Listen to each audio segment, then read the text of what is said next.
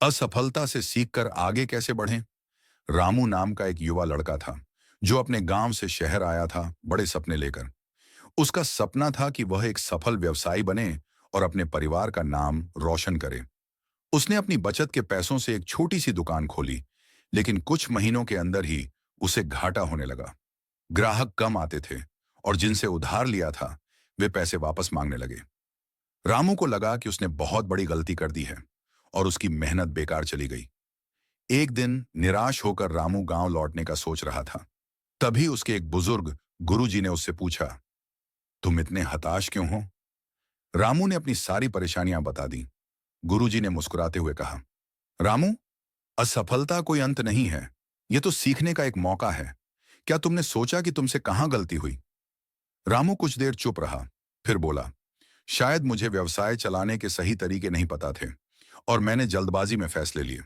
गुरुजी ने कहा, बिल्कुल सही। असफलता वही सिखाती है जो सफलता कभी नहीं सिखा सकती। अगर तुम अपनी गलतियों से सीखकर उन्हें सुधार लो, तो असफलता ही तुम्हें सफलता की ओर ले जाएगी। गुरुजी की बातों ने रामू के भीतर नई ऊर्जा भर दी।